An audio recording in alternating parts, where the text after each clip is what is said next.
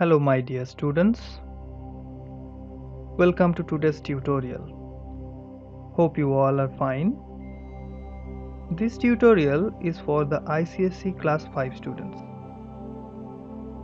Today I will teach advanced features of word processor. So please be live till the end of this video. As an introduction, I can say word processor package provides the facility to create a document with a professional look using some various themes, visual effects, formatting, etc. There are also some features that allow you to add the professional looking graphics to your documents. So let us know that how we can practically apply the advanced features of word processor software. The first formatting tool that I am going to show is Format Painter. Format Painter is one of the best formatting tools added in Microsoft Word. By this tool, we can easily apply the same formatting to the multiple pieces of the text or the graphics. So to see the features, we have to open Microsoft Word, and for that first I have to click to Start button. Then I have to search for Microsoft Office 2013 folder, and inside this I have to click Word 2013. Here in this page you have to click to this blank document and you will get a fresh blank page to write. I have written something here to show the features of this tool. So my students, I am first applying some basic formatting on the text. Like I am selecting this portion and say I am giving bold, italics, changing the font style from it. Say this one, giving the font size also, applying colors, say this. Now I have to apply the same to same formatting to the other portion of the text. So first of all I have to click from where the formatting has to be copied. So I am clicking over this area, anywhere you can click. And after that you have to click to Format Painter, and you will see that mouse pointer will automatically change to a brush icon. So roll the brush over the text and you will see the same formatting will be copied to this area you have rolled up. See, this has been changed to the same format. So students, this is the use of Format Painter. Next I am going to show the shadow effects.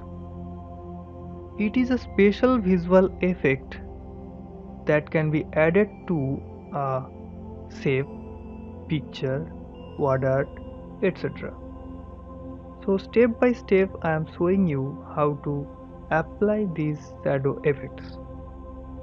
To add the shadow effects, first you have to click on Insert tab, then click on Shapes, choose one shape and draw in your working area. After drawing the shape, click on Format and choose Shape Effects, and from there you have to choose Shadows. These are the shadow options. Like I am applying this perspective and you will see here the shadow effect is coming.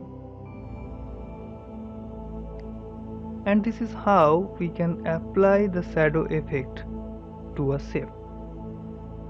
To apply the shadow effect to a word or text, first you have to click on Insert, click on Word art button, Choose any word from this drop down list. Write your text in the text box.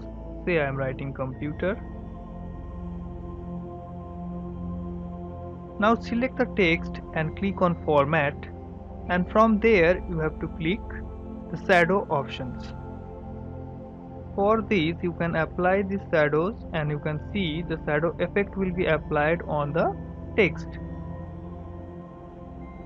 Now I am zooming in, or I am giving the font size bigger, and you can understand this area you can see the shadow effect is coming. Next is superscript and subscript. Microsoft Word provides two different buttons to represent the text above the normal line and below the normal line. The superscript button is used to represent the text above the normal line, and subscript button is used to represent the text below the normal line. Now let us take one example that how superscript and subscript is working. I am writing here, say, a square plus b square plus c square. How actually we are writing?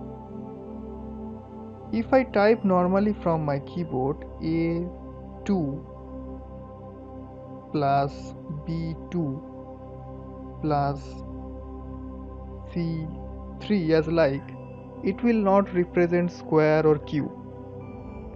To represent as like square and cube, we can use superscript. So what we have to do, this 2 is going to be a superscript letter. So we have to select 2, and this is called superscript. This I have to click. See, it is coming above the normal line. Again on this we have to apply the superscript. With this also we have to apply superscript. This is the use of superscript option. For the example of subscript, I am writing H2O. This is the formula of water, we know. But we are not writing like this.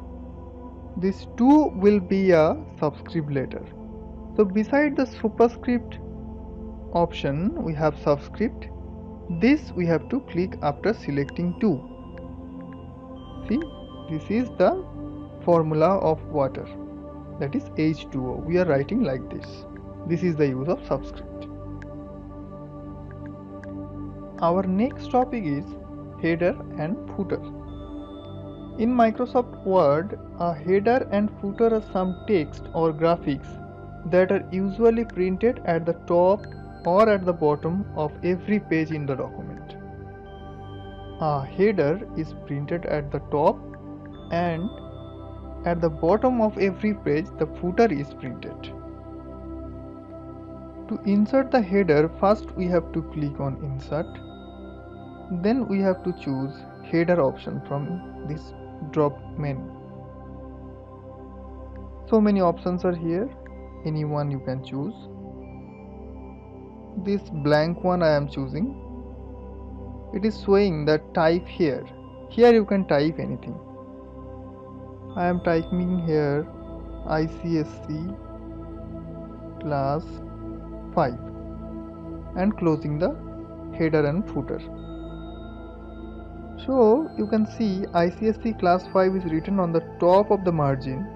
Now you can start typing of your text.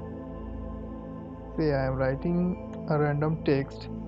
When I will go to the next page, this ICSE class 5, or you can say this is the header, will automatically come on the top of the margin. And in the same way, if you want to insert the footer, you have to click on this footer option. So many footer options you will get, and you can choose any one. Say here I am writing APC book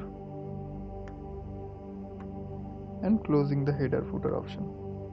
So when you will come to the next page, this ICSE class 5 and this APC book will automatically printed on the top or in the below of the page. Now we will know that how to split the text into number of columns. For that, first of all we have to select the text. Then we have to click to page layout, then columns. Now we have to choose how many columns I want. Say I am clicking on 2. You can see this selected text has been splitted to 2 columns.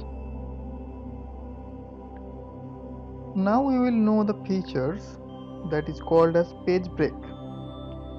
Page break indicates the end of the current page and the beginning of the next page. The indication of the page break is done by keeping the position of the cursor in the document. To apply these features, place your cursor in the paragraph where you want to insert the page break. Say I am clicking over here. I want that from this line, this text will be jumped to the next page. After clicking on the text, you have to come to this page layout option, then breaks and page. You will see from that line it has been jumped to the next page. This is the features of page break. Next we will know that what is margin. A margin is defined as a space between the text and the edge of a document. By default, a new document is set to normal, which means it has inch space or 1 inch space on either side. Depending on your need, you can change the margin of your document. The system provides 4 types of margin, that is left, right, top and bottom. To apply margin, set your cursor on the document, click to page layout, then come to margin option. Here you will see some predefined margins are given. You can click on that, like narrow, then moderate, wide. You can see the changes. Now if you want, you can go for the custom margin options also. Here you have to give the values of top, right, left, bottom, etc. And then you have to click on OK button. On this page layout tab, you will get the orientation. The default orientation of a document is portrait. If you want to change, you can change the orientation in landscape mode also. Next is page size. If you want, you can change the size of your document, like A4, letter and more paper size. If you click, then from there you will get custom size. You can enter the size here, height and width, then click on OK button. Our next topic is find and replace text. When you make a document, you may need to replace a particular word with some other words. For that, MS Word is providing you a features that is called find and replace. For that, we have to click the home tab first, then we have to click replace. Here in this pop-up menu, you will get find what and replace with. Now student, to see the features, we have to identify a word, like say here we have online. This online word I want to change to offline. So in find what section I will write online, and in replace with section you will write offline. Now click on replace all button. See, this pop-up menu is showing all done. We made 2 replacements. Close it and you will see this online words has been changed to the offline word. Now we will learn how to insert the shapes. Click on Insert tab, then click on Shapes. From this menu, select the shape that you want, say rectangle. Bring your mouse pointer to the working area from where you want to begin the shape. Now click and drag the mouse pointer. then release it. Now choose the style and color from the Save Style option.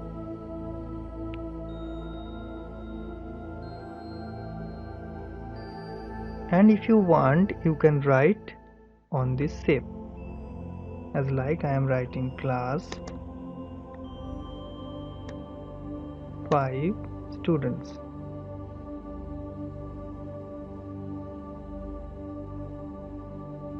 Our next and last topic is how to apply border and shading.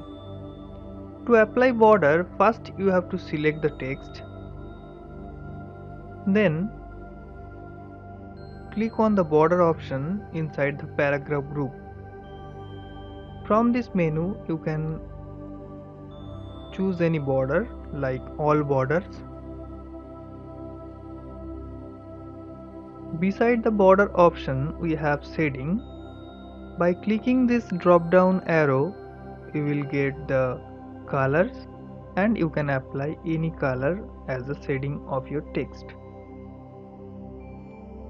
With this, I am ending my today's session. Thanks for watching the video till the end. Now it's the time to practice yourself on your computer. We will again meet on the next session. Till then, stay safe, stay at home. Thank you.